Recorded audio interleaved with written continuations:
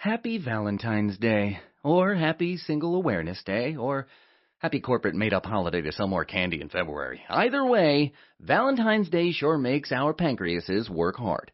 Of course, that's if the pancreas is functioning normally. But we know that's not always the case. In the last sketch, we covered the anti-diabetic agents that boost endogenous insulin by stimulating pancreatic beta cells. But in this sketch, we're going to give the pancreas a break and focus on anti-diabetic agents that lower glucose levels in the body without changing how insulin is handled, by instead changing the way glucose is produced, absorbed, or uptaken. So, welcome inside, and we'll get started. Inside. That reminds me that since we're not affecting insulin, we'll still need to have insulin around. Insulin that's made inside the body, or endogenous insulin.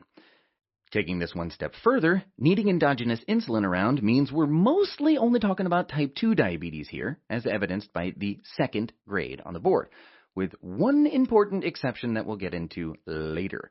First up is metformin, the classic type 2 diabetes drug.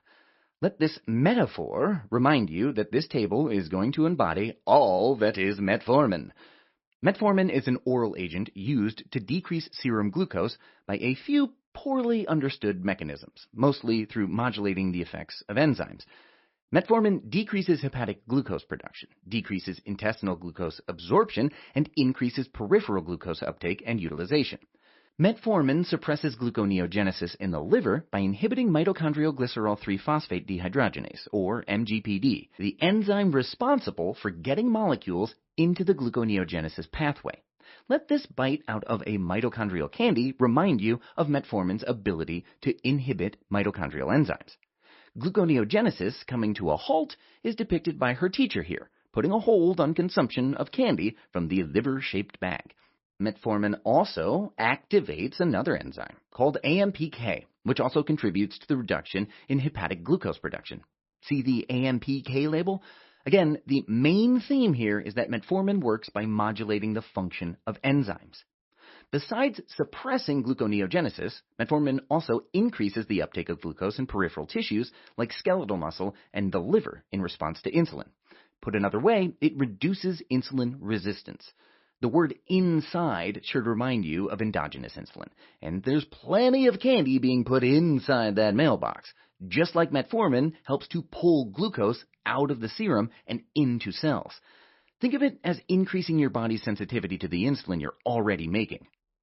Unless there are clear contraindications, metformin reigns at the top for initial medication in type 2 diabetes.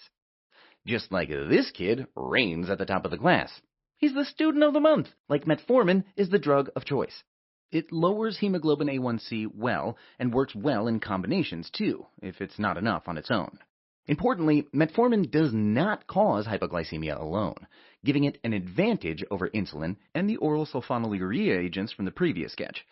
This will be the case for most of the drugs covered in this sketch, but one, as we'll show later, will cause hypoglycemia, so we'll cover that when we get to it. Metformin also promotes modest weight reduction, or at least stabilization, which can be helpful in patients who are overweight or obese. Let's move on to metformin's adverse effects next. Not surprisingly, when you inhibit hepatic gluconeogenesis, lactate is prevented from entering into the gluconeogenesis pathways, causing it to build up in the serum, which can lead to lactic acidosis. So, we've got this spilled and spoiled milk as our recurring lactic acid symbol.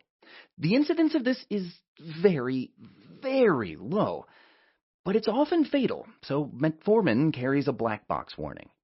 Most often, this occurs when contraindications have been ignored. Metformin is contraindicated in patients with conditions that predispose them for developing lactic acidosis, including renal failure, heart failure, respiratory failure, liver failure, and significant systemic illnesses like sepsis or shock. Metformin is renally cleared, so dose adjustment is required in renal impairment to prevent that increased risk of lactic acidosis. And since IV contrast used in radiology studies can affect the kidney and prevent clearance of metformin, causing an increased risk of lactic acidosis, metformin should be held at the time of IV contrast administration and for around 48 hours following, for which we've brought in our classic symbol for contrast, the yin-yang sign. Similarly, metformin is withheld at the time of major surgery. Much more common than lactic acidosis are metformin's GI side effects, which include anorexia, nausea and vomiting, and even diarrhea. Wow! Looks like someone's trying to discredit the #1 student. Who put that in there? Another important adverse effect to be aware of is that metformin can prevent absorption of B12, also called cobalamin. Clinically speaking, this rarely causes symptoms or anemia, but it is often tested, so it's best to know it. That does it for metformin. On to the next class. Woohoo! Someone wanted her attention. Of course, now the whole class is looking. Thiazolidinediones, besides being lovely to pronounce, are agonists of PPAR gamma, or peroxisome proliferator activated receptor gamma. They end with a glitazone, which is less hard to pronounce. So we've brought in this fantastic glita bomb. And boy, do they like to party. Get it? Pee party? Because they are PPAR gamma agonists? Because gamma kind of looks like a Y? This kid knows what I'm talking about. PPAR gamma is a transcription factor involved in the regulation of genes involved in lipid and glucose metabolism. Binding of these meds to PPAR gamma leads to alterations in gene transcription and numerous downstream effects, including increased sensitivity of peripheral tissues like muscle and fat to insulin, so ultimately decreased insulin resistance and decreased glucose release from the liver. They do lower hemoglobin A1C eventually, but because transcription and protein synthesis is being affected, it can take weeks to months to really see an effect from these. That's right. Love your kidneys. You only get 2. Or sometimes 1, if it's a horseshoe. These are definitely not a go-to drug, but they may be useful for patients with renal disease, as most other anti-diabetic agents cannot be used or are less effective in renal impairment. There are 2 thiazolidinediones available in the U.S., rosiglitazone and pioglitazone, but their benefit in diabetes may not always outweigh their associated risks. In fact, rosiglitazone once carried a black box warning for risk of MI, and though this has been reversed in the U.S., it still has been deregistered in some countries, including Australia and the U.K. The whole class carries a black box warning for congestive heart failure and are contraindicated with class 3 and 4 heart failure. This is due to significant fluid retention and peripheral edema, which can significantly exacerbate or cause heart failure. Apart from the weight gain from fluid retention, they also increase total fat mass. You ought to recall that other PPAR molecules are involved in fat metabolism, so that might help you remember that these meds also lead to increased fat cell differentiation and storage of fatty acids, causing caloric weight gain. And finally, they also reduce bone density, causing an increased risk of pathological fractures. Next up is the amylin analog, pramlintide.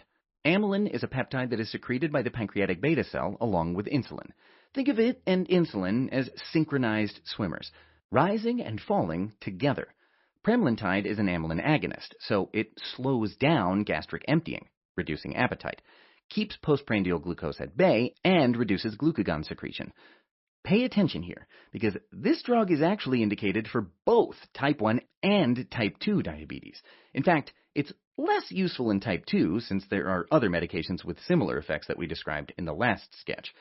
It's injected before meals, has a rapid onset, and doesn't last long, making it particularly effective at reducing that postprandial spike in glucose. Pramlintide also helps reduce both hemoglobin A1C and weight. Oh, no, not the candy. Falling candy is our symbol for hypoglycemia. So remember that pramlintide may cause hypoglycemia when combined with insulin in patients with type 1 diabetes. Delayed gastric emptying, like this way too full stomach-shaped beaker, is going to affect the oral absorption of other meds like oral contraceptives and antibiotics, so adjust their dosing by an hour or 2 to avoid this. The delayed gastric emptying can also cause nausea, the most common adverse effect, as well as vomiting and anorexia. All right, on to our next class of oral agents, the SGLT2 inhibitors.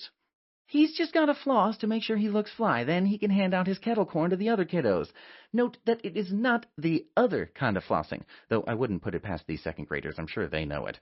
The SGLT2 inhibitors include canagliflozin, dapagliflozin, empagliflozin, and ertugliflozin, drugs with that flozin suffix. They also have gl in there, as in glucose. Together with flow should make you think of flowing glucose, like flowing out in the urine. This is because this newer class of oral antidiabetic agents inhibit the sodium glucose cotransporter 2, which normally very efficiently pulls glucose and sodium back into circulation into the proximal tubule, which you might remember we symbolize with the pro-car racetrack symbol. But when inhibited, out they both go, flowing through the urine. Be free, glucose! Be free! These are second or third line drugs for type 2 diabetes, usually added to regimens for patients having trouble achieving glycemic control as an alternative to starting insulin therapy. SGLT2 inhibitors lower hemoglobin A1C and help reduce weight as well. There may also be a beneficial decrease in cardiovascular mortality with these medications. It's unclear why, but it may be from weight loss and or lower blood pressure. Recall that both sodium and glucose are prevented from being reabsorbed by these medications, creating an osmotic gradient, and water follows, causing a relatively significant volume depletion that can lead to orthostatic hypotension and even syncope. So ensuring adequate hydration in your patients on these meds is very important. This is worsened with patients on diuretics, especially loop diuretics. And bacteria and other microbes in the genitourinary tract are in for a sweet surprise with all that glucose coming down the line, putting patients at increased risk for urinary tract infections. So we have our classic UTI symbol, the bladder and ureter-shaped martini glass. Don't worry, kids. It's totally just apple juice. Vaginal candidiasis, for which we have the Canadian flag, and other perineal infections. Because these are acting on the kidney, it should come as no surprise that in patients with renal impairment, they are less effective, and adverse effects are more likely, so renal function should be monitored, and they're contraindicated in renal failure. And to finish up, SGLT2 inhibitors have been associated with diabetic ketoacidosis with risk factors including infection, surgery, and dehydration. Finally, we've reached our final drug for this sketch. We are talking about the alpha-glucosidase inhibitors last, which are acarbose and miglatol. These drugs block alpha-glucosidase, an enzyme that sits on the intestinal brush border and cleaves polysaccharides and disaccharides into monosaccharides. This slows the absorption of glucose since sugars are absorbed as monosaccharides and prevents that glucose spike you can get after a meal. Hey, who took a bite out of my cupcake? I was going to enjoy that one. Because they prevent that glucose spike, they are most useful for type 2 diabetic patients who tend to have high postprandial glucose. They have a modest impact on hemoglobin A1C and fasting glucose levels. At least they left a card with a cupcake. That makes it better, right? Another benefit of these drugs is that they actually appear to reduce the risk of MI and hypertension. It's likely that their effect on postprandial glucose contributes to these cardiovascular benefits. Unfortunately, these can have some pretty embarrassing side effects that, while they're not particularly dangerous, can lead to patients stopping them. Since all that yummy sugar that doesn't get absorbed continues on down into the colon, bacteria go crazy and chew it all up and produce plenty of gas, causing flatulence, diarrhea, and abdominal discomfort for the patient. And it's no surprise that these are contraindicated in patients with intestinal conditions like IBD or malabsorptive conditions. All right, let's sum up this sugar-sweet Valentine's Day. Metformin is the first-line agent for type 2 diabetes treatment. It works by modulating enzymes, specifically mitochondrial GPD and AMPK, to decrease gluconeogenesis and increase peripheral absorption of glucose, which increases the sensitivity of the body to insulin, or, put another way, reduces insulin resistance. It is associated with weight loss, which can be beneficial, but is also associated with a rare risk of lactic acidosis, which typically only occurs when metformin is used where there are contraindications present, like kidney, heart, or liver failure, or if it's not stopped for acute conditions, surgery, or when IV contrast is used. Other side effects include GI side effects, as well as low vitamin B12. The thiazolidinediones end in glitazone, which may be easier to remember than their name. These are PPAR gamma agonists that result in increased sensitivity to glucose as well as decreased glucose production in the liver. Because they're transcription cofactors, they take longer to see an effect. A major benefit is that they are useful in patients with renal disease, but they have significant side effects, including weight gain from both fluid retention and increased fat storage. This fluid retention can even cause or exacerbate congestive heart failure. Pramlintide is an amylin analog that slows gastric emptying, which reduces appetite and postprandial glucose spikes, and reduces glucagon secretion. It can be used for both type 1 and type 2 diabetes, and help reduce both hemoglobin A1c and weight, but can also result in significant hypoglycemia. Its delayed gastric emptying can also cause nausea and affect absorption of other drugs. The SGLT2 inhibitors ending in flozin inhibit the reuptake of glucose from the proximal tubule back into circulation, so that glucose, along with sodium, is peed out.